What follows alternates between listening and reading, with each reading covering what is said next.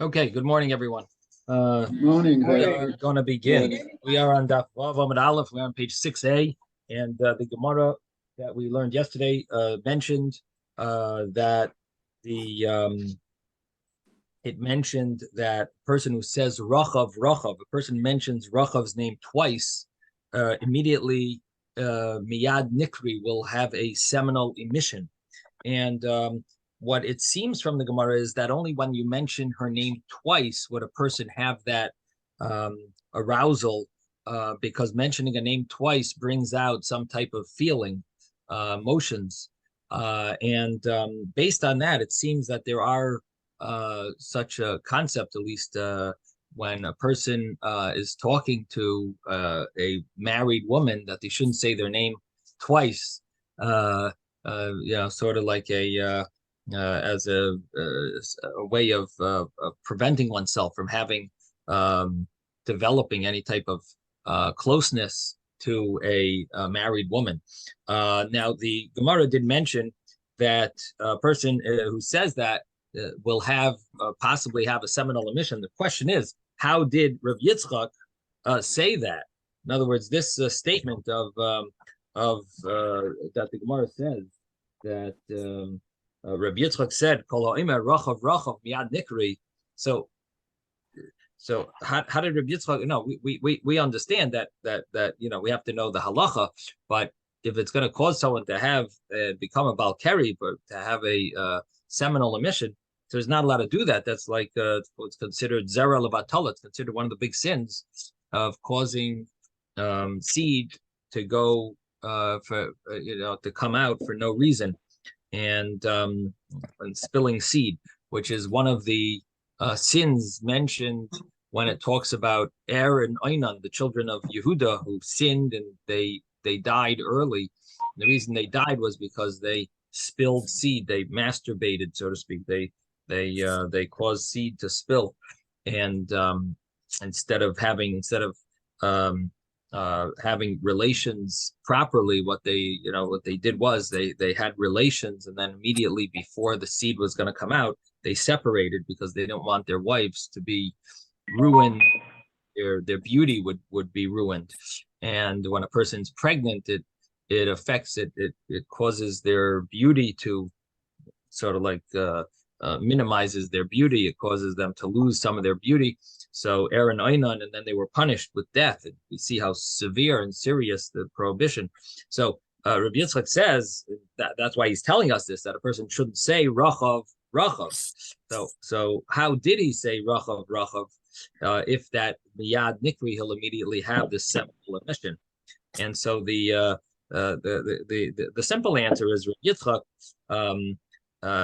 Yitzchok obviously didn't know Racha. He knows the final conclusion of the Gemara, that it only applies if your person knows her and reckons familiar with her. According to Tosfos, even he has to have relations with her. Only then will he be so affected. But otherwise, it doesn't affect him. So therefore, Rabbi Yitzchok had no problem mentioning Rachav. Now the question is, what about Rav Nachman? Rav Nachman said, "Ana Amina." I said Rachav, Rachav, and nothing happened to me. Why did he say it? How could he say it? He said it if he's not allowed to. Like, how did he even try? So one of the commentaries says that this is what it means. In the olden days, you used to make some type of statue or painting of beautiful people, and they must have had some type of a painting or a statue of this Rachav. So Rabbi Yitzchok says, if you see that, Rabbi Yitzchok said, if you know her person and you say Rachav, Rachav, person will have the seminal emission. Now Rav Nachman actually saw it. Now he saw it, and he said he was not affected by it, by seeing it, and that's what he means.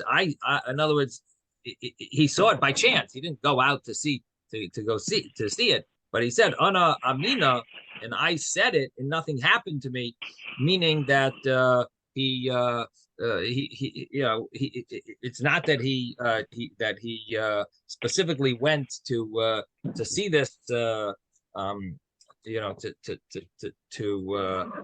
didn't go specifically to see it, but he saw it, and somehow he's able to tell us that it did not affect him. Let me just pull that up again. Um,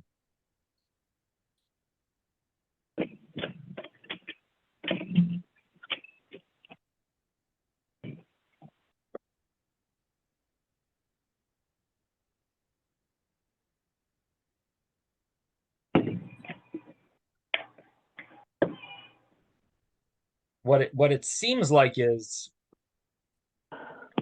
that Rav Nachman. I mean, the question is, how could he have said it? And in other words, knowing that he's not allowed to. So could be that Rav Nachman didn't know this halacha. Rabbi Yitzchok came and said Rachav, that if you say Rachav, you immediately you have the seminal emission. Now Rav Nachman understood that applies only if you saw the picture of her. So Rav Nachman says, I saw the picture, and of course I've said Rachav in the past, and it never affected me, meaning that I didn't know this halacha. You're telling me this new halacha about saying Rachav. I saw the picture and it didn't affect me. So then Rav Yitzchok explained, no, it doesn't help if you see the picture. You have to actually see her herself. And if you see her herself, then it would have a effect. Anyway, that was that Gemara. It's interesting that the Gemara mentions that a few times. That like that statement of Rabbi Yitzchok. Like why is it such a important statement for people to know? I mean, who knows Rachav, especially according to Tosfos, that only a person had relations with her.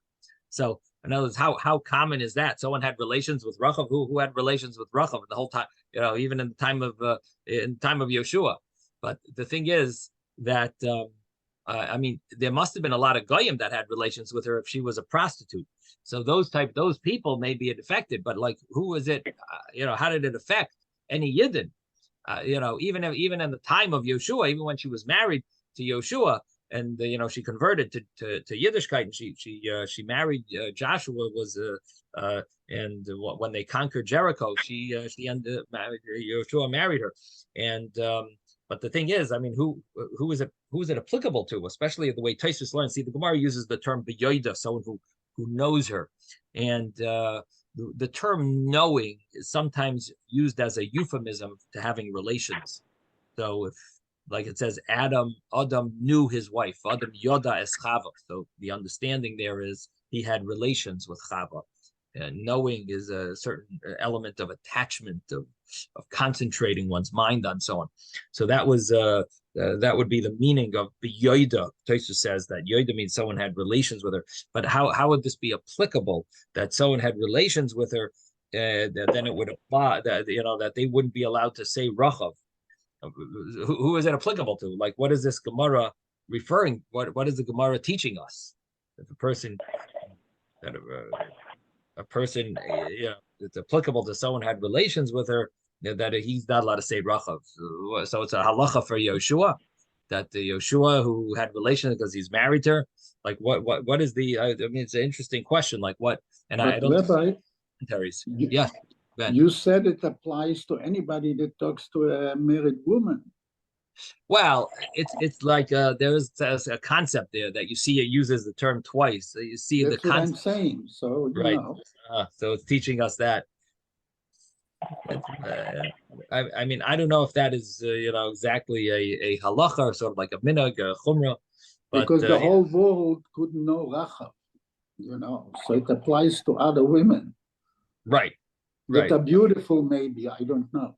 But then again, it should have picked an uglier woman, because then you could say other women are not as beautiful, so it doesn't apply to them. So better it should have picked any woman, or should say just say in general. It specifically picks this very beautiful woman. Right. It says that you become about like, well, how is that so applicable to teach us? So like, well, what are we learning from that? Anyone have any thoughts on that? That's Interesting. I mean, yesterday I mentioned that it teaches us how important it is for someone to be careful, maybe, of not coming to having a seminal emission, even just saying the words, even just saying whatever it is, person should be careful. Maybe that's what it's teaching us. Person should, I'm not sure. I didn't see any commentaries telling us, what the practical lesson is from this. Okay. In any event, the Gemara then continued about the two rabbis, Reb Nachman and Yitzchok, were they were going to be leaving each other, and Reb Nachman was leaving Reb Yitzchok, and so he said, "Please give me a bracha," and so Reb Nachman was leaving. So he said, "Give me a bracha." So Yitzchok told him, "I don't know what to give you." So he gave him a parable. He said, "You have everything, just like a tree that has fruits and has shade, has a stream of water. You have you have Torah, you have wealth, you have children, and he was quite a scholar. He was a Dayan Mumcha. We said that he was an expert to judge, and it says that Reb Nachman learned with Rav Sheshas all the halachas, Sifra, Sifri, Tosefta, the whole Gemara. So it seems like he was quite a scholar in Torah, and he was wealthy. He had children, so he said, "I'm gonna I'll give you a bracha similar to the tree, that just like the tree, that all the shoots that are planted from you should be like you." So he said the same thing should apply to you, that your children should be just like you. That was his bracha. So any plants, just like the plants, any plant that's planted from you should be like you. So all your children, and he did have a number of sons. There's there was Marzutra Braid Rav Nachman. There was Rav Acha Braid Rav Nachman. Hoin Bered Rav Nachman, Ravin Bered Rav Nachman, Marhuna Bered Rav Nachman, Rav Papa Bered Rav Nachman, Rav Dimi Bered Rav Nachman. It seemed like he had a number of sons, and all of these sons were blessed now that they should be just like their father. So I asked yesterday an interesting question, that what does it mean that you have Torah? You already have Torah. I can't give you a bracha for Torah because you have Torah. So I said, what does that mean? Torah, Torah is unlimited. What does it mean that you have Torah already? L'chayra, Torah, you could always get a bracha for Torah. So it seems that I quoted you that he did learn the whole Gemara and the whole Sifra, Sifri, Tosefta. So he knew the entire Torah that was, either written down. That was, in other words, even though it's the oral Torah, he knew the whole written and oral Torah that was tradition, that was handed down. However, let me mute everyone. I'm sorry. However, there's always deeper things to go into. There's always in-depth understanding, and the amount of the way to apply it, the way to understand it. There's always a depth that can be expounded upon. The thing is, that depth, what it seems from this Gemara at least, is that you need to have your own avodah. You have to work for it. You have to toil. That he's not giving him a bracha for. For the actual Torah itself, he could have maybe given him a bracha that he should succeed in knowing the Torah. Fine. But when it comes to going in depth, when it comes to the next level, that you have to try hard. You have to put your avodah, maybe something along those lines. It seems that that's what the Gemara is hinting to here. Yes, Ben. Who is giving the mashal? Rav Yitzchok, who is blessing Rav Nachman, he gives the mashal, and he gives the bracha. Blesses him. And he blesses him. Yeah. So anyway, that's a thought here that he was Rav Nachman was a great, very knowledgeable. So he had all the knowledge of the teachings, but to apply it to know how to compare it and adapt it and the depth of it, that is something that you have to do on your own, and you need to work. It's called Yagaiti Umatsasi Tamen. If you toil hard, you'll succeed. And if someone tells you they toiled hard and succeeded, then you believe them, meaning that's the way to go about it. That's the real path of Torah. So that's what it seems, that that he didn't want to give him a bracha for furthering his Torah knowledge. There is a story with the Tzemach Tzedek where I think it was the Alter Rebbe. I don't know. We have Salal over here who can help us probably.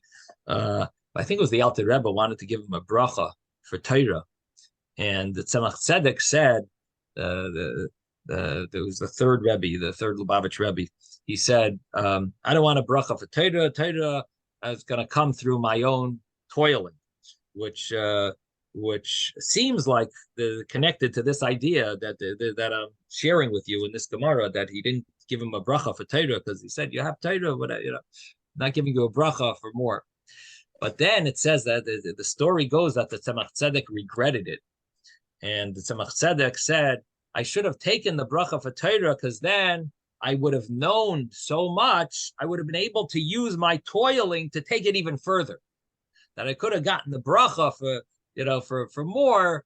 And then, my toiling would just be added to that. But at least I would have had the bracha to accomplish, to have even more. So it could be that the Tzemach Tzedek, I don't know how old he was at the time, and I don't remember the exact details of the story. I wish Salal would chip in over here a little, but if you press *6, you can speak, B'Tzalel. But anyway, the could be, to explain that story, it could be that the Tzemach Tzedek maybe didn't know at that time, at that point. I don't know how old he was. Maybe he was probably a youngster. He didn't know the whole Gemara, Sifri Tosefta, maybe in halachos, and so it could be that that's why he regretted not asking for more of a bracha. And here the Gemara doesn't give such a bracha. So maybe here, because Rav Nachman already knew everything that was written, that was either written or passed down. He knew all that. So here he was already at the stage that there wasn't any more that he should get through bracha. He wanted to get the rest, or he needed to get the rest through his own toiling. Okay, anyway, that's where we got up to yesterday, and we're on Daf Vav Amud Aleph, page 6a, and we're at the 2 dots, which is 4 lines down from the top of the page on 6a.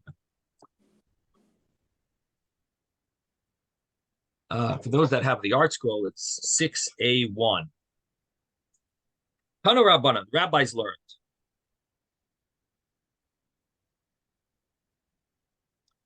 Yoira, the rain that it talks about in the Torah, it says, I will give the rain of your land in its time, for your land in its time. Yoira umalkoish, the early rain and the later rain. We've already learned that Yoira is in Cheshvan, and Malkoish is in Nisan, right? That's what we learned already. Something's wrong. Okay, so something's wrong with my computer. Let's see. Okay, so we learned already about the early rain and the late rain. So there's the Yoira rain. The Gemara wants to know, what is the meaning of Yoira? As Matar, I know, means rain, or Geshem means rain, but what does Yoira mean? So the Gemara says, Tanu Rabban, the rabbis learned in a brayso, Yoira is shemoires abrios.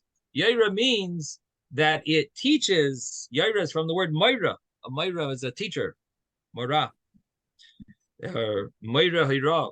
That it comes from the word teaching, and the the meaning of it is that it teaches the brios, the people, to smear plaster or tar on their roofs so that the rain will not come in and pour into their houses. And it also teaches the people that they better bring in their fruits that they left out to dry. In the olden days, people would dry their own fruits, and very popular, the dates and figs, they would constantly be dry them out, and have dried figs and dried dates. And so this would be a teaching for them that they should make sure to this is a wake-up call. Like, it's Yoira was a teaching, it was a wake-up call that they gotta now is a good time to start to fix your roof and bring in your fruits. And to do everything that's needed before the winter comes. And davar acher, another meaning of Yoira, is shemerave es haaretz, that it's merave, it saturates the earth, revoya, rava, saturated. Umashke ada tohaim, so the water that comes, the rain that comes for Yoira, it in other words, this meaning actually talks about the specific rain.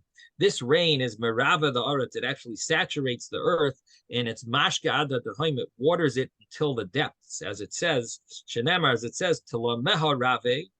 It saturating the furrows. Naches gidu deha, brings pleasure to the gedudim. Gedudim literally means these legions, but it means like the people. And bervivim to magigena, with the rain showers, you soften it, you soften the earth. And simcha tevarech, it blesses the growths. Davar acher, and then a third translation of Yoira. So the first one was that it teaches people to get ready. Second one was that it actually saturates the earth and waters it all the way till the depth. The third one is Yoira sheyira benachas. That Yoira means that it pours down gently. And the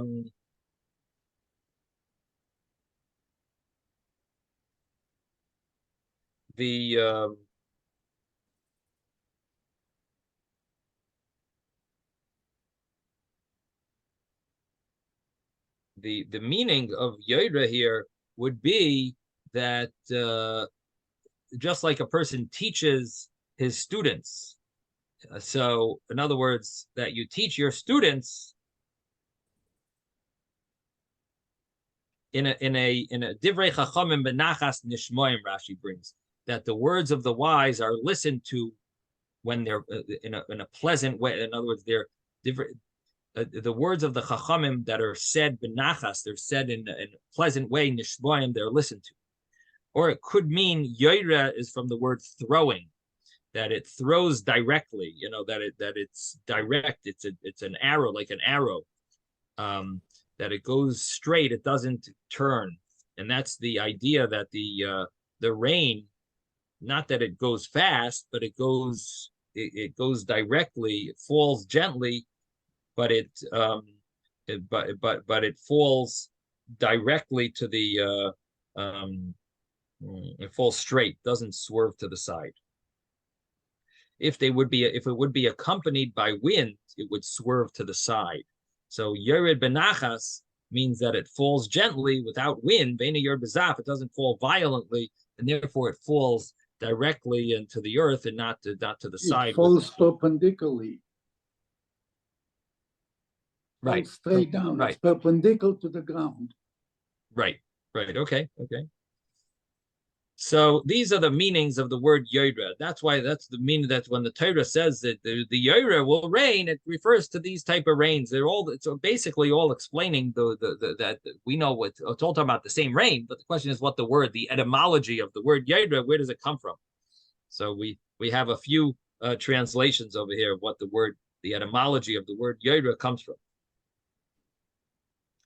Now, this is assuming that Yaira is all for a blessing.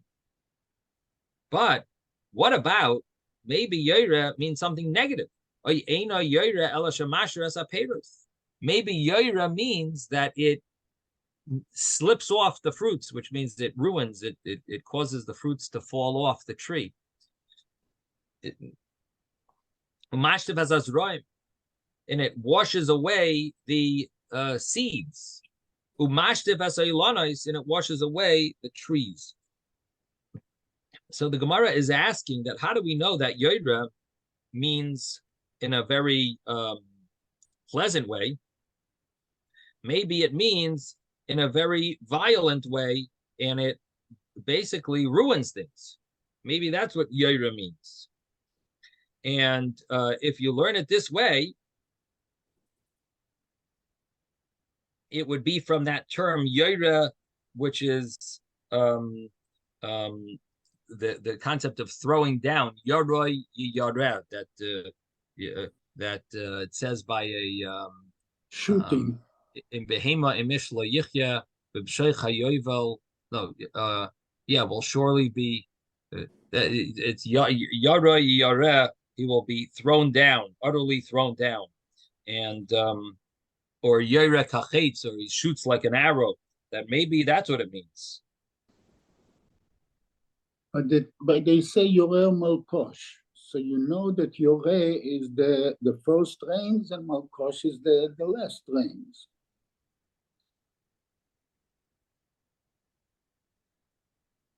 The Yaira or Malkush, Yaira is the first rains, Malkush is the end rains in Nisan. Yeah. But the Gemara is asking, the Brisa, I should say, is asking that how do we know that Yaira is a blessing? Yaira maybe is a curse. Now, it's not the simple meaning of the verse, because if you read the verses, it says that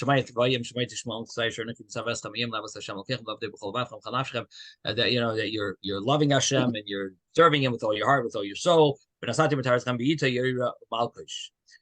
could be that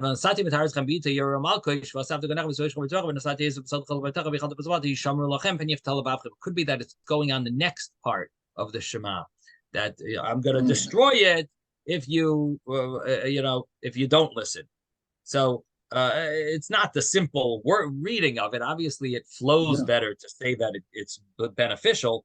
But the Gemara is asking, but are we sure? Maybe it means maybe Yoira is a negative thing. Maybe Yoira is that it's negative. Talmud Loimar Malkush. The Gemara says, you know what? You learn it from Malkush because it says Yoira u Malkush. Malkush is the later rain, and just like Malkush is for a bracha, af Yoira la bracha. Just like Malkush is a bracha, so Yaira is a bracha. How do we know Malkush is a bracha?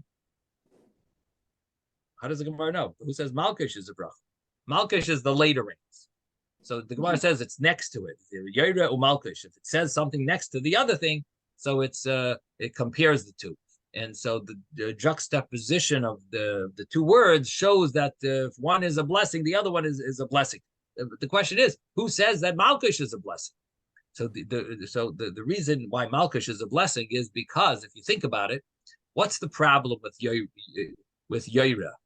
That there's plants, there's seeds, there's trees, there's fruits. So what we're nervous of Yoira is what? That it would knock off the trees from the fruits, from the fruits from the trees, and it would destroy the seeds, and it would destroy the trees. That's what we're worried about with Yoira. It does it if it's a heavy rain, but Yoira is supposed to be just a warning to you, better fix your roof. So, but the question is, maybe it means a heavy rain. So the Gemara says similar to Malkush. Now Malkush can't mean that it destroys the fruits, because Malkush is not at a time that there's no fruits and grain out. The fruit is not around at that time. And as we're talking about in the month of Nisan, and the grain is not there because you put it in your it's not around. You don't want it to get wet, so it's not there to be destroyed by the rain.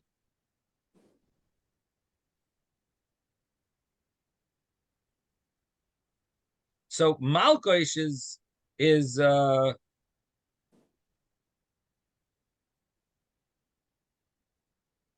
maybe it is, or maybe it benefits the grain when it's at that stage. Maybe that's what malkish is, but it's not the fruits are not there, and um I don't know what fruit does they're talking about, but I think there is oranges in April. In Israel. Yeah.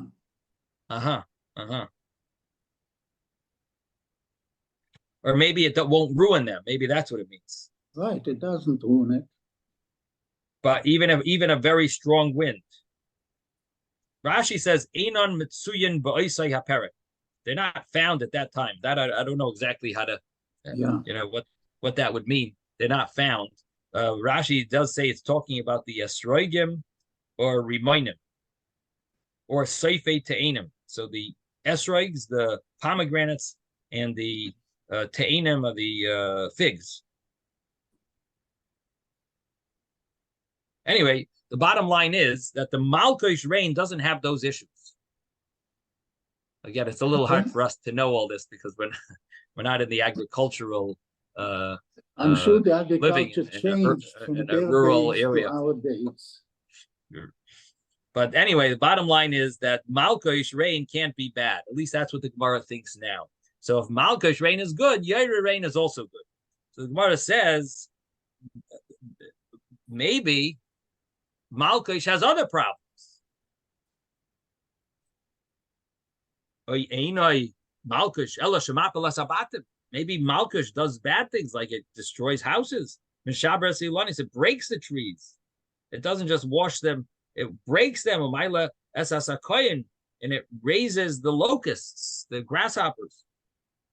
So maybe that's what Malkish is. So mal is from the word mila. If you want to translate it this way, mal would be it cuts things, and kasha means that it's harmful. So malkoish, maybe that's what it means. So the Gemara says Tamalema Yaira. The pasuk teaches us that Yaira is, if it says Yaira next to malkoish, ma Yaira levracha af malkoish levracha. Just like Yaira is for a bracha, then malkoish also must be for a bracha. But the Gemara says, but what do you mean? We just said Yaira, we don't know if it's a bracha. Yaira itself, how do we know it's for a bracha? Maybe it means that it causes the fruits to fall off the trees, and it causes it washes away the seeds, it washes away the trees. So how do you know Yaira is a bracha? The Gemara answers that we have a pasuk for. So the Gemara concludes that Yaira we know is a bracha, and therefore Malkush also means for a bracha.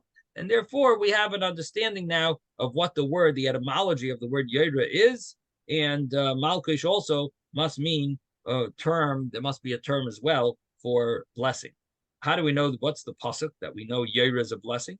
The chsiv, as it says in the pasuk, Uvnei Tzion, the children of Tzion, Gilu, v'simchu b'Hashem Elokechem. Be glad and rejoice in Hashem your God. He has given you the Yaira rain for charity. In the word, when it says for tzedakah, for charity or for a gift, for a righteousness of Hashem, so obviously it means that it's in a form of bracha.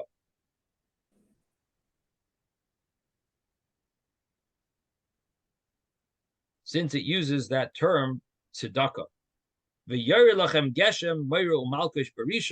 he has brought down for you Yaira and Malkish in the first month. So that's that is a pasuk that we quoted a while back from the book of Yael, where it was at that time there was a terrible famine for 7 years, but then Hashem gave the Yaira for tzedakah, it was charity, it was a blessing. So we see that it uses the term tzedakah, that Yaira is a term that's always refers to some type of a gift from Hashem that is beneficial.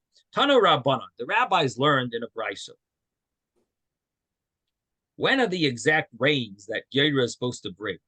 Tanu Rabbana, the rabbis learned in a brisa. Yaira b'Marcheshvan, Yaira is in Marcheshvan, u'Malkish b'Nisan. Malkush is in Nisan. You say that Yeira is in Cheshvan, which is the month we're in now, and Malkush is in Nisan, month of Pesach. Maybe Yeira is in Tishrei, and Malkush is in Iyar. Maybe it's a month off. So Talmud Loimar Be'itoy. The Torah says that Hashem will give the rain in its time, in its proper time. That teaches that it'll be in the best time possible. The Itoi shows us that it must be in the best time possible. So if we want, if we assume that it's in a good time, then we have to say that Yeira is in the most apropos time. In other words, yes, will it work if it comes in Kislev and if it comes in Nisa and Iyar? It'll help this, or there's still grain there. Yeah, there's still grain out in Iyar. There's still the Levi and Kasha. There's still these type of growths that benefit from the rain, but it'll like the stalks, the ears. There's still vegetation that will benefit the grain, but nevertheless, the main time for it would be in Cheshvan and in Nisan. So we since it says Be'itai, we know that it's talking about the best and most apropos time for it. Now, the Gemara continues and says Malkush. Where does the word Malkush come from? Amar Rav Nehiloi Bar Idi Amar Shmuel. So Rav Nehiloi Bar Idi says in the name of Shmuel, Davar Shmal Kash Yasein Shal Yisrael. It's something that cuts off the hardness of the Yidden, because if it doesn't rain, it causes them to do tshuva, to fast, to do ma'asim tovim. It causes them to get their act together, to get closer to Hashem. So Malkosh is a very necessary rain, and it's Mal Kash Yusan Shal Yisrael. It causes them, if it doesn't rain, it causes them to do tshuva, fast, and they do. Rashi uses the term oisin tzedakos. They do acts of charity, charitable acts, or righteous acts. Now the Gemara says, Davar Devei Rabbi Shmuel Tana, the base medrash of Rabbi Shmuel, the school of Rabbi Shmuel learned that. What is the meaning of Malkosh? Davar shemamale tvua b'kasheh. Something that fills the grain, the tvua, the stalks, b'kasheh, with its kernels, with its grain. So masnisa tana, in the Brisa we learned davar sheyored, something that the Malkosh is yored, it pours down, it descends.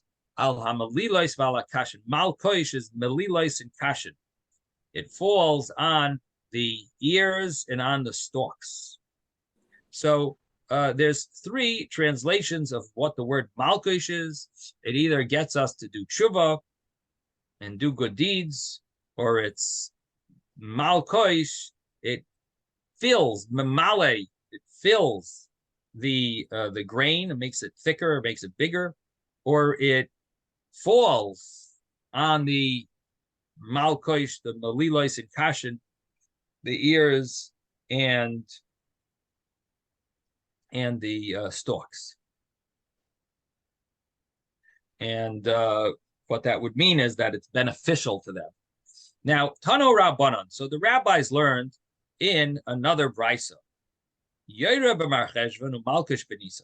Yeira is in Cheshvan, Malkush is in Nisan, like we just said. So you're saying Yeira is in Cheshvan, maybe it's in the month of Kislev. And maybe that's the proper time for the rain. Talmud Laimar, or maybe that's what the meaning is, at least that's when the Yeira will come. Talmud Laimar, Be'ita Yeira Malkush, that at the right time, at its appropriate time, will be Yeira, the early rain, or Malkush, and the later rain. ma malkush beitay, just like, so it compares the two, just like malkush is in its proper time, so af yera beitay, also the yera rain will be in its proper time, and that would be the understanding that it has to be in the month of Cheshvan and in the month of Nisan.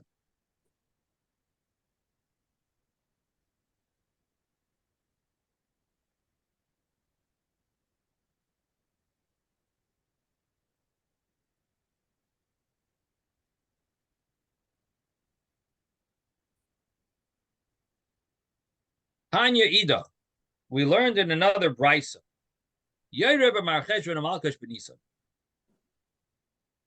that it says clearly, Divrei Reb Meir says that that's what it is. Yaira is, as we've always mentioned, that Yaira is in Cheshvan, Malkush is Nisan. Now listen to the rabbis. But the rabbis say, Yaira is in Kislev. They've just knocked us off from what we've assumed until now. And they're claiming, the rabbis tell us that Yaira really is in the month of Kislev. Man Chachamim. So who are these rabbis? Which rabbis is it referring to? We don't have a specific names. Which rabbis hold that Yaira? We just had 3 brises here. They all seem to be very convinced that Yaira is in Cheshvan. And here you're jumping to tell us that Yaira is in Kislev. Which rabbis is this? Man Chachamim. Who are the rabbis? Yes. Rabbi. Yeah. So why doesn't we have a rabbi who always comes in and basically says, it's both. Like, for example, for the Modim and Modim de Rabbanan, we say both. This we say this, and this we say that. So why doesn't somebody jump in over here and basically say, this is the rabbis in Bavel, and this is the rabbis in Israel? So it could be that would be a potential answer. Generally the Gemara tries to come up with the most the most applicable and logical answer that fits the situation. So you're right. At some points, the Gemara will say, "Well, it's not a it's not a contradiction. One is talking about here, one is talking about there, one's talking about in the time of the Beis Hamikdash, one's talking about not in the time of the Beis Hamikdash in Eretz Yisrael, Bavel." There are times where the Gemara will say that, or but of course, it definitely seems that from this brisa we have two opinions also. So it's not the perfect scenario for the Gemara to do that, because we have the first one says it's Reb Meir, the second one says the rabbis. So if it didn't have names and we had 2 separate brisas, one said this law and one said another law, that would be a much more easy location to explain. One is talking about one, and then it's not a contradiction. Here, the brisa pretty much tells us that we have different opinions, that there's a Rabbi Meir and the Chachamim. So we're just going to have to know who these rabbis are. So to answer that in this scenario wouldn't really work when you clearly spells out that there's a debate among the rabbis. I'm not saying it never happens that they'll have such an answer, because they sometimes will say there's words missing in the Mishnah or the Brisa, and really it should say mipnei shachachamim or something. There could be such a scenario, but that's rare, and that's last resort. This seems like we have to find those rabbis from some other opinion that they state, or some other Brisa or some Mishnah. That's what the Gemara is looking for. So the Gemara now says, Man Chachamim Amrav Chizda Rabbi Yosi. So the rabbis that we think it is now is Rabbi Chizda says this must be Rabbi Yosi. The Tanya, because we learned in a Brisa, Eza hi Revia Rishayna. What is the first rain that the exact time of the first rain of the Yaira? So Yaira has 3 rains, and each rain is called a Revia.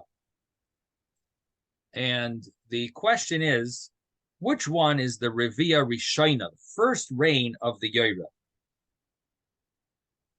So we have a brisa about this. Habachira b'shleisha b'Marcheshvan. This first opinion, which we'll soon see as Reb Meir, holds that the first rain of Yaira, called the Revia Rishayna, is the third of Marcheshvan. The Beinanis, the middle reign of the Yoira, is B'Shiva is on the 7th day of Cheshvan. So we got the 3rd day of Cheshvan, the 7th of Cheshvan. Afela, the last one,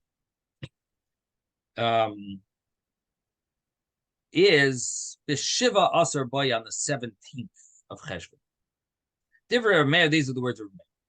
Rabbi Yehuda Aimer, Rabbi Yehuda says that it's not 3, 7, and 17. It's B'Shiva, the 7th of Cheshvan, Uvi Yud Zayin on the 17th, Uvesu Meshleisha. So it's 7, 17, and 23. That's when the official time for these reigns are. Rabbi Yosi says, Yud Zayin, Uvesu Meshleisha, Rosh Chodesh Kislev. He says it's not like you just said, 7, 17, 23. It's 17, 23, and Rosh Chodesh Kislev. So they seem to get later and later, the different opinions, right? We had Rameir 3, 7, 17, Rabbi Yehuda 7, 17, 23, and Rabbi Yosi is 17, 23, and Rosh Chodesh Kislev. That is the times of the Yoira reigns. So did Rabbi Yosi used to say, Ein hayechidim mesanin, the individuals don't begin fasting, which is something that was done if it didn't rain, but they didn't begin fasting until Rosh Chodesh Kislev comes, which means that Rosh Chodesh Kislev is a time of that third rain, and if that rain it doesn't come, that's when they start fasting the individuals. Now, what this sounds like is that in other words, we go back to the Brisa, and the rabbis say in that Brisa that Yoira is really in Kislev. It means that the final reign of the Yoira is Rosh Chodesh Kislev, and that opinion is Rabbi Yosi. And Rav Chizda says now, Amar Rav Chizda, halacha ke Rabbi Yosi. The halacha follows Rabbi Yosi. A Meimar Masni Lad Rav Chizda b'Halishna. A Meimar, he learned and taught the statement of Rav Chizda in a different words, in another version. B'Shleisha b'Marcheshvan shaylem esageshav. Through Rav Marcheshvan, you ask for rain. Reb Gamliel Aimer b'Shiva Bay. Reb Gamliel says that you ask for rain on the 7th of Cheshvan.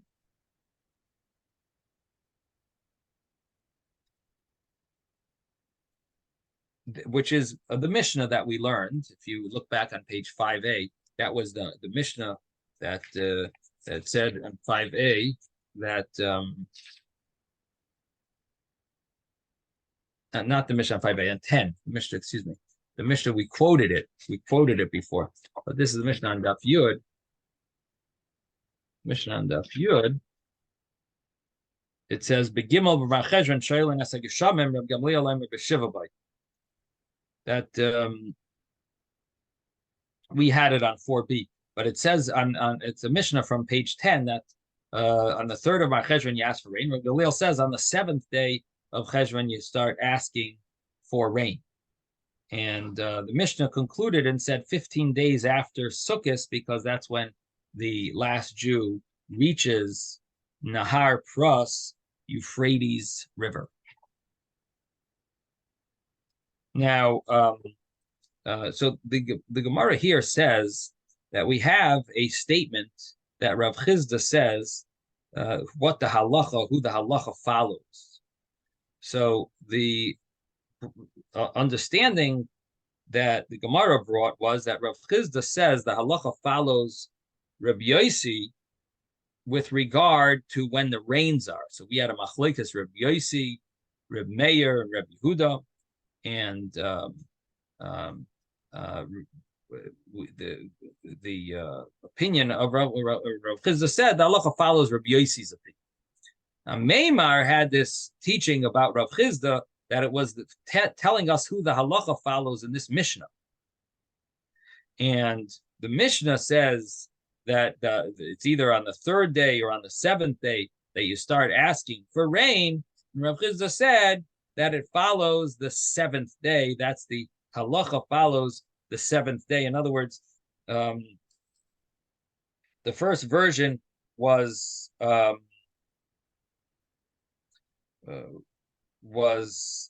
that the first version that we learned was that Rav Yossi had different times. Is the 17, 23, and Rosh Chodesh Kislev, which would sound like he would start asking for rain maybe then, maybe later. Now, the second version, which is Ameimar's version, is that it's either you start asking on the 3rd of Cheshvan or on the 7th, and Rabbi Gamliel said that you start asking on the 7th of Cheshvan for rain. Now, who would that follow? That must follow, if you look back in the Brisa, that must follow Rabbi Yehuda, who says B'Shiva b'Yadayin of Esrei Shloisha, that it follows Rabbi Yehuda's view in the previous Brisa. Again, we're putting these two points together. We have one Brisa that talks about when the rain is supposed to fall. We have another Brisa that talks about asking Hashem for rain. And we have a halacha. Rav Chisda said a halacha. The halacha follows one view. So the initial statement of the Gemara was that Rav Chisda said the halacha follows Rabbi Yossi, which Rabbi Yossi seemed to say that the time for rain is the 17th to 23rd in Rosh Chodesh Kislev. You have those three rains that the part of the Yoira are those three dates, which, according to logic, you would probably say that you have to start asking for rain on the 17th of Cheshvan. Because when is it supposed to rain? It's supposed to rain on the 17th of Cheshvan, the first rain. Second one is the 23rd of Cheshvan. And the third one is Rosh Chodesh Kislev. So if you're asking for rain when it's supposed to rain, it would make sense that he should say that you would ask for rain on the 17th. Now, Rav Chisda said that Allah follows Rabbi Yossi. That would seemingly be that would be also the apropos time to start asking for rain. Now, the Ameimar says, no, Rav Chisda said his statement about the halacha on the Mishnah on page 10. And when in that Mishnah, there's only two opinions. And those two opinions, either you start asking for rain at the 3rd of Cheshvan, or you start asking for rain at the 7th of Cheshvan. Now, that Mishnah would seemingly be the opinion of Rabbi Yehuda, that Rabbi Yehuda says that when do you ask for rain? Well, when is rain expected? On the 7th, on the 17th, and on the 23rd. So, according to Rabbi Yehuda, it would seemingly be the appropriate time to ask for rain on the 7th.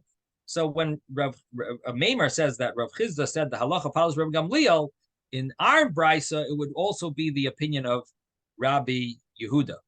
So it would be Rabbi Yehuda's view about when the rain is supposed to fall, and that would be Rabbi Gamliel's view of the Mishnah on page Yud of when to start asking for rain, because they go hand in hand. So that's the meaning of this discussion of who the halacha is like. It's based on where did Rav Chisda say who the halacha follows. Did he say it on the Mishnah or did he say it on the Brisa? He said it on the Brisa, so the Gemara understands he said the halacha follows Rabbi Yossi. He said it on the Mishnah over there, which he said it was either Reb Meir or Reb Gamliel, and the Gemara said that it follows the Gemara. He said the halacha follows Reb Gamliel, that it's the on the 7th, of. I'm sorry, the Mishnah there doesn't say a name. Marcheshvan, who the third is. The Mishnah doesn't say the name of who would be on the 3rd. And the truth is, it probably doesn't follow Reb Meir because, no, it probably does. It probably does follow Reb Meir, because Reb Meir does say the 3rd of Marcheshvan is the time for the first rain would be, so probably would fit that opinion there. Probably would be Reb Meir, even though it doesn't have a name. It just says like a Tanakama, but. It would probably be Reb Meir, as it generally is. The Tanakama of the Mishnah is generally Reb Meir, and Rabbi Gamliel says on the 7th. So that opinion of Rabbi Gamliel would fit with Rabbi Yehuda. Okay, so now the Gemara says that B'kaman Ozla Hadatanya. The Gemara has, who does the following brisa follow? Whose opinion? Rabbi Shimon ben Gamliel, Omer, Yeshamim sheyardu shiva yamim zachar. There's rain that fell 7 days, one after another. Ata moina bahen revia rishayna ushniya ushlishis. If rain falls for 7 days consecutively, you count in it the revia rishayna ushniya ushlishis. Now, you can't translate this literally because you definitely don't have the first, second, and third rains in that only 7 days. So what it means is you could either count with the rain of 7 days, the Revia Rishayna Ushniya, the first and the second, or the Shniya Ushlishas, or the second and third. And who does this follow? Kaman to Rabbi Yossi. This would follow Rabbi Yossi. Why would it follow Rabbi Yossi? So if you look at the numbers, it's a numbers game. The other opinions don't have 7 days in between. The first opinion, Reb Meir, had 3 to 7. There was only 4 days in between the first two. And 7 to 17, you have 10 days. So you don't have 7 days that go from one to the next. So that doesn't seem to fit with Reb Meir. And if you look at Reb Yehuda, he has 7, 17, and 23. So 17 and 23 maybe could work, but the 7 to 17 doesn't work because that's 10 days. And Reb Yossi, you have 17 to 23, which is 7 days. And then the 23 to Rosh Chodesh Kislev is another 7 days. So you have the two options of 7 days. Either the first and second rains you can count with the rain of, if it rained for 7 days, or you have the second and third, that would fit with Rabbi Yossi. So that also gives us this understanding that maybe, we have another price that Rav Gamliel also holds like that view that the rain, in other words, we have another opinion that the rain would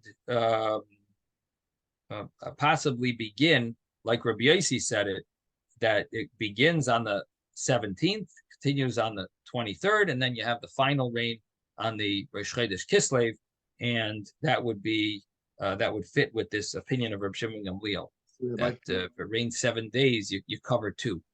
So, and again, the Gemara doesn't mean you cover all 3; it means you cover 2 out of the 3. It could either be the first and second rains or the second and third rains.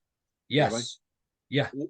I mean, I'm trying. I know you see this is a numbers game, but are they trying to achieve some kind of an average time that they know that the rains are going to come within this period? It looks to me like they're trying to establish an average. Well, they are trying to establish like an official day for the rain to come, and if it doesn't, of course, they have to pray more. But that's they've tried to put it down to a science of this is the perfect day for it. That's the perfect day for it. I see. Thank you. So the Gemara then says that Amar Rav Chizda halacha Rabbi Yossi, the halacha follows Rabbi Yossi. The Gemara repeats that statement, and the Gemara wants to understand what is the halachic significance of each of the dates that are. Oh, it's 11 o'clock already. Okay, I guess we'll stop here. Have a wonderful Shabbos, everyone. Sei gesund. May we hear good news. Have a good Shabbos, Rabbi. Thank you, Rabbi. Thank you, Rabbi.